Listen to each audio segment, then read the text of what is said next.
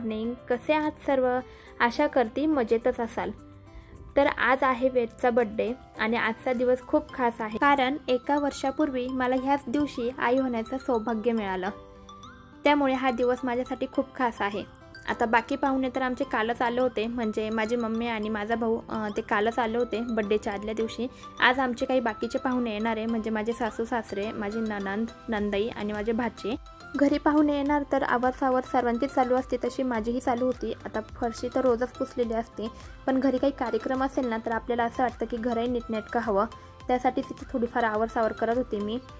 मग इथे मी काही कपड्यांच्या घड्या वगैरे करून ठेवत होती आणि बाकी फरशी वगैरे पण पुसून घेतली. छोटे मोठे बरेच कामं होते, त्यासाठीच आम्ही आज खूपच लवकर उठलो होतो. बाकी सर्व तर आवरलेलं होतं, पण कपड्यांचा इतका पसारा झाला होता ना, कारण पाऊस सारखा चालू होता आणि पावसामुळे कसं होतं, आज आपण जे काही कपडे टाकले ना सुकत, तर दुसऱ्या दिवसाचेही कपडे आणि आदल्या दिवसाचेही कपडे असं होऊन जातं, कारण ते कपडे काही वेळेवर सुकत नाही आणि मग जे काही सुकले ते असे बेडवर पसारा होऊन जातो.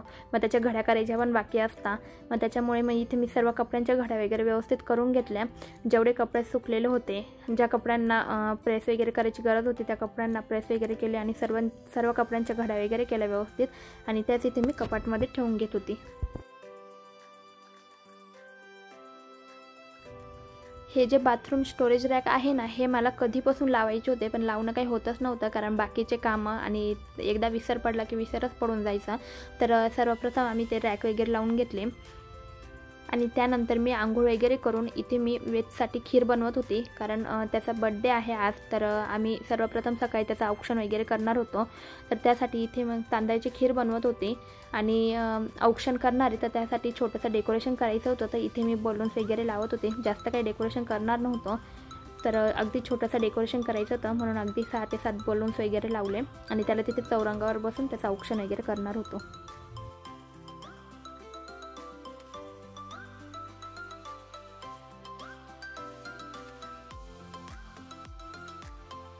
त्याला मी इथे चौरंगावर बसवलं, तर त्यालाही मजा वाटत होती. त्याचं म्हणजे त्याला असं वाटत असेल की नेमकं यांचं काय चाललं आहे, कारण हे तो पहिल्यांदाच बघत होता आणि लहान बाळांना समजत जरी काही नसलं ना, तरी पण त्यांना म्हणजे तेवढं तर कळतंच की हे काहीतरी वेगळं करताय, कारण त्यांच्या डेली रुटीनपेक्षा हे काहीतरी वेगळं होतं, हे त्यांच्याबरोबर लक्षात येतं.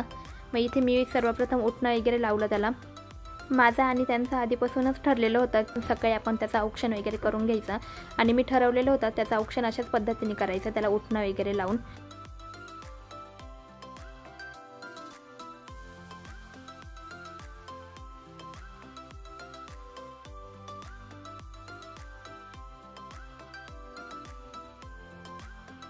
हे सर्व त्याच्यासाठी पहिल्यांदा होतं, तरी तो कुठेही रडला नाही. मला वाटलं होतं तो थोडीशी चिडचिड करेल, रडेल.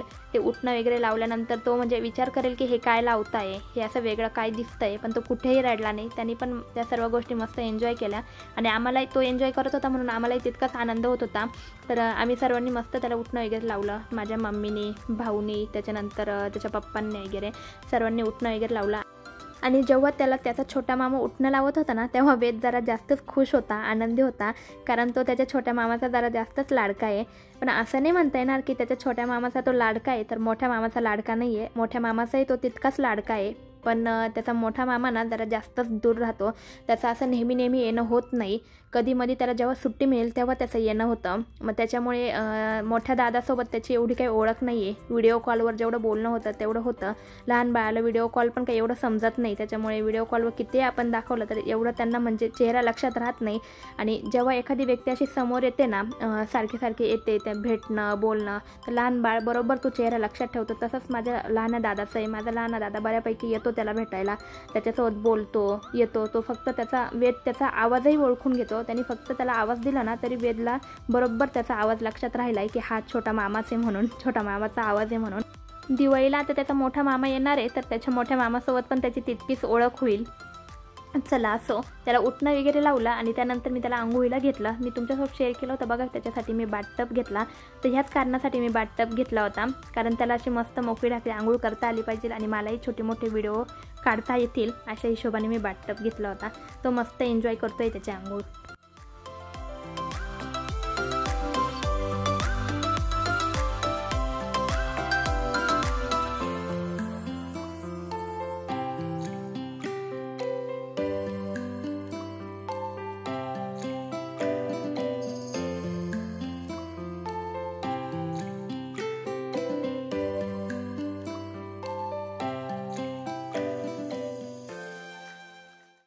वेदची आंघोळ झाल्यानंतर त्याची मी मस्त तयारी करून घेतली. त्याला हा मस्त असा ड्रेस घातला. आता हा ड्रेस मी ऑनलाईनच घेतला आहे. तुम्हाला जर कोणाला याची लिंक पाहिजे असेल तर मला कमेंट करा, मी या ड्रेसची लिंक नक्कीच देईल. त्यानंतर आम्ही त्याच्या औक्षणची तयारी केली, औक्षण वगैरे करून घेतलं. त्याला जसं उठणं लावताना तो शांत बसला ना, तसंच औक्षण करतानाही खूप शांत बसला, कुठेही रडला नाही. खरं तर त्याच्या झोपेचा टाईम निघून गेला होता, बराच उशीर झाला होता. आज तो 12-12:30च्या दरम्यान झोपतो, पण आज बराच उशीर झाला होता तरीही तो जागा होता आणि त्यातल्या त्यात रडला नाही. आम्ही काय करतो, माझं काय चाललं आहे ते मस्त बघत होता. आणि जेव्हा मी त्याला ही खीर खाऊ घातली ना, त्याला ती खीर इतकी आवडली ना, मी नंतर खाली ठेवलं ते खिरीचं आणि मम्मीला म्हटलं तू औक्षण करून घे. तर त्याचं असं म्हणणं होतं की नाही, खीर मला खाऊच घाल. मग मी परत म्हटलं ठीक आहे, मी खीर खाऊ घालते, तो एक साईडने औक्षण करून घे. तर त्याला म्हणजे खीर इतकी आवडली ना, तर खूप मस्त आनंदाने त्याने खीर खाल्ली. आणि अशा प्रकारे वेदच्या बड्डेचा सकाळचा दिवस मस्त आनंदाने पार पडला. माझी ना खूप हौस होती त्याचं असं औक्षण वगैरे करायची. ती माझी हौस पूर्ण झाली आणि माझ्याबरोबर माझ्या बाळाची देखील हौस पूर्ण झाली. आता यात मी बड्डेचा व्हिडिओ ॲड नाही केला आहे. बड्डेचा व्हिडिओ हा तुम्हाला सेपरेट बघायला मिळेल, कारण मी जर तो व्हिडिओ यात टाकला असता ना, तर व्हिडिओ खूप जास्त मोठा झाला असता, म्हणून मी तो व्हिडिओ सेपरेट टाकायचा ठरवला आहे. तर आजचा तुम्हाला ब्लॉग कसा वाटला ते मला कमेंटमध्ये नक्की कळवा. आजचा व्हिडिओ आवडला असेल तर जास्तीत जास्त लाईक करा, शेअर करा आणि आपल्या चॅनेलला अजूनही सबस्क्राईब केलं नसेल तर प्लीज सबस्क्राईब करा.